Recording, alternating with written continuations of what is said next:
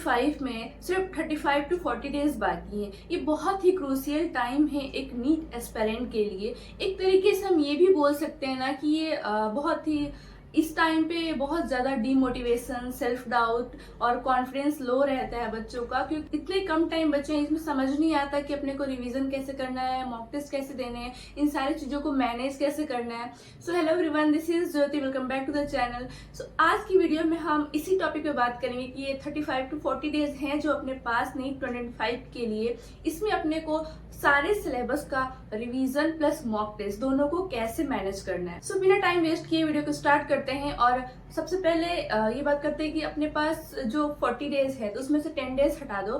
30 days को आपको दो स्लॉट में डिवाइड करना है, मतलब 15 डेज का एक स्लॉट और 15 डेज का दूसरा स्लॉट। अब जो 15 डेज है उसमें आपको क्या करना है और दूसरे वाले 15 डेज में सेम चीजें आपको रिपीट करनी है। पहला जो 15 डेज है उसमें आपको रिवीजन और 5 मॉक टेस्ट देने हैं। अब ये 5 मॉक टेस्ट कब और कैसे देने हैं और कौन सा मॉक टेस्ट कौन से पेपर को सॉल्व कर। डिलीटेड चैप्टर्स को हटा के नीट के सिलेबस की बात करें तो फिजिक्स में टोटल 31 चैप्टर्स हैं, केमिस्ट्री में 21 एंड जो बायो है उसमें 32 चैप्टर्स हैं। तो इतना वास्ट सिलेबस को अपन को 15 डेज में रिवाइज करना है, तो उसके लिए आपको जो डेली का टारगेट है, जैसे आज आपने कल के लिए टारगेट बनाया तो उसमें जो फिजिक्स का होगा वो 2 चैप्टर आपको रिवाइज करने ही होंगे। 2 चैप्टर फिजिक्स के, 2 चैप्टर केमिस्ट्री और 2 चैप्टर बायोलॉजी के आपको डेली रिवाइज करने होंगे। और 2 दिन के बाद थर्ड डे आपको मॉक टेस्ट देना है। और ये जो मॉक टेस्ट है वो आपको नीट के टाइम, मतलब 2 to 5 का जो टाइमिंग है ना, उस टाइम पर ही अटेम्प्ट करने हैं। अब बात करें कि फिजिक्स, केमिस्ट्री और बायोलॉजी, इन तीनों का रिवीजन कहाँ से करना है, क्योंकि ये लास्ट टाइम पे किस रिसोर्स से रिवाइज करना बेटर होगा ये समझ नहीं आता है बहुत सारे बच्चों को। तो फिजिक्स, केमिस्ट्री और बायोलॉजी की इंडिविजुअल बात करें कि कौन से सब्जेक्ट में कहाँ से रिवीजन करना है, कहाँ से क्वेश्चन प्रैक्टिस करनी है, तो पहले बात करते हैं फिजिक्स की। तो रिवीजन के लिए अगर आपने कोई नोट्स बनाए हो या आपके पास शॉर्ट नोट्स हो, अगर आपका कोई चैप्टर के सारे कॉन्सेप्ट्स क्लियर हैं तो आप शॉर्ट नोट्स से भी फॉर्मूले रिवाइज करके और क्वेश्चन प्रैक्टिस कर सकते हो।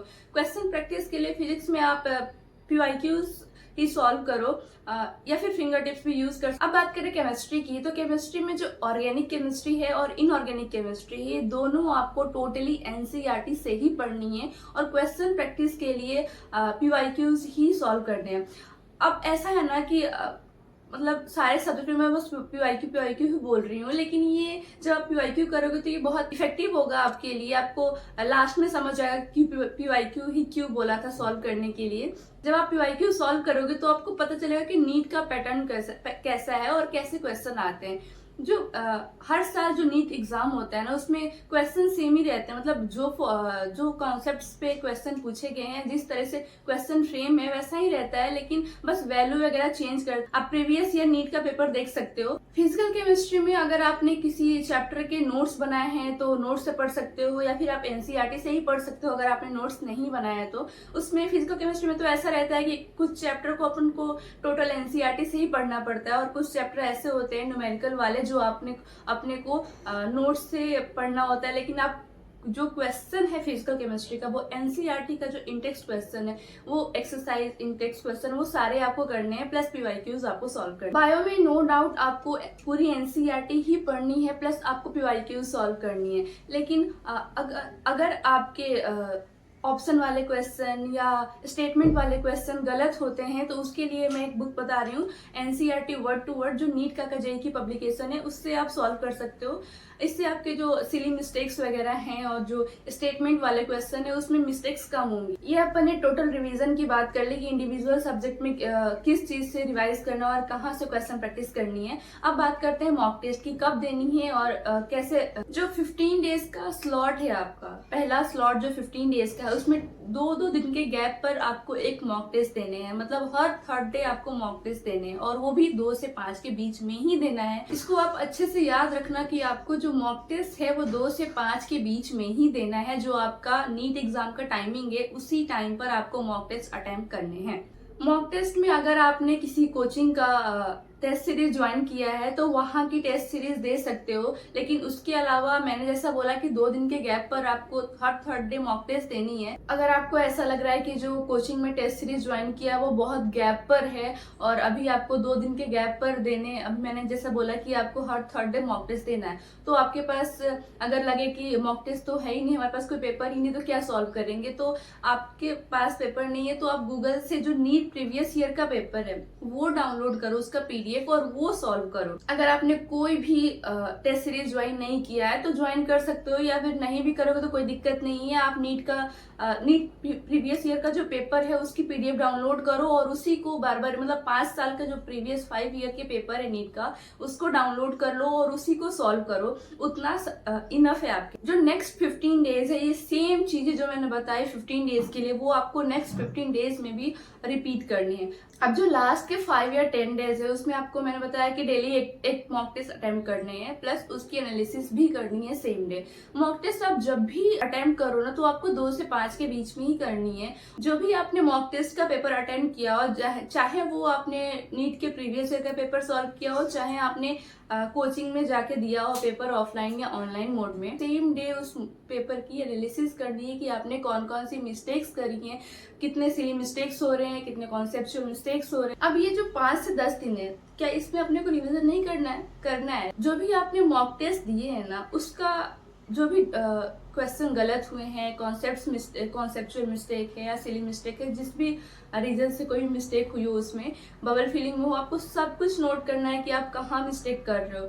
और रिवीजन की बात करें इसमें, तो जो 5 से 10 दिन है लास्ट के ना, उसमें आपको वही चीजें रिवाइज करनी है जो आपने एक नोटबुक में लिख के रखी है। आपको मैंने पहले ही बताया था कि जो भी मॉक टेस्ट आप दो, कोई भी पेपर अटेम्प्ट करो, तो उसमें जो भी गलतियां हो रही हैं, कॉन्सेप्चुअल मिस्टेक या सिली मिस्टेक, उसको आप एक अलग कॉपी पर लिख के रखो और लास्ट में आपको वही पढ़ना है। तो आपको बस उतनी ही पॉइंट्स पढ़ने हैं, उतनी ही चीजें पढ़नी है जो भी आपने, जितने टेस्ट दिए अपन ने। अगर अब तक आपने कोई भी ऐसा कॉपी नहीं बनाया है तो अब जो स्टार्ट करोगे पढ़ना, तो उसमें तो एक कॉपी लेना और जो मॉक टेस्ट से मिस्टेक हो ना, उस कॉपी पे नोट करना। और जो मैं 5 से 10 दिन है लास्ट में नीट के पहले का, उसमें आपको सिर्फ वही चीजें रिवाइज करनी है और सिर्फ मॉक टेस्ट। या फिर मान लो कोई ऐसा चैप्टर है जिससे आपको बहुत डर लगता है कि पता नहीं इस चैप्टर के क्वेश्चन मुझे सही होंगे या नहीं, वो चैप्टर का भी रिविजन आप कर सकते हो लास्ट। ये 40 डेज आप सबके लिए बहुत क्रूशियल है, तो इसमें अच्छे से मेहनत करो, क्योंकि अब नीट बहुत पास में है। तो जिन बच्चों ने 70-80% अपना रिवीजन कर लिया है या पढ़ लिया है, तो उसके लिए उसको अब और मेहनत करने की जरूरत है। हाँ, इस टाइम पे ऐसा है कि आपको आपके स्टडी आवर को बढ़ाना पड़ेगा, 14-15 घंटे पढ़ने पड़ेंगे, लेकिन यार अब तो बस 40 दिन ही बचे ना, उतने दिन के लिए ही बस पढ़ लो। मान लो किसी बच्चे के 550, 600 या 500 से 600 के बीच में मार्क्स आ रहे हैं, उसको एक 100 या 150 मार्क्स इंक्रीज करने हैं, तो इस 40 दिन में वो इतने मार्क्स तो, अगर वो पढ़ेगा अच्छे से, तो ये इतने मार्क्स तो जरूर इंक्रीज कर लेगा। क्योंकि पहले आपके मॉक टेस्ट में जब आप देते होगे, जब सिलेबस कंप्लीट नहीं हुआ, तब आपके मार्क्स इतने जल्दी जल्दी नहीं बढ़ते होंगे, लेकिन अब आपके मार्क्स बढ़े हैं क्योंकि अब आप रिवीजन कर रहे हो। और एक तो आप रिवीजन भी कर रहे हो, ऊपर से आप जो भी मॉक टेस्ट दे रहे हो उसकी एनालिसिस भी कर रहे हो, तो 100% आपके मार्क्स बढ़ेंगे ही नेक्स्ट मॉक टेस्ट में। अगर नहीं बढ़ रहे हैं तो इसका मतलब ये है कि आप अच्छे से रिवीजन नहीं कर रहे हो, या फिर आप मॉक टेस्ट की एनालिसिस नहीं कर रहे हो। क्योंकि अगर आपने इस मॉक टेस्ट में कोई मिस्टेक करी है तो एनालिसिस से आपको पता चलेगा, और नेक्स्ट मॉक टेस्ट में आप उस मिस्टेक को इम्प्रूव करने की कोशिश करोगे, तो उसकी वजह से क्या होगा कि आपके मार्क्स इंप्रूव होंगे और आपकी गलतियां भी कम होंगी।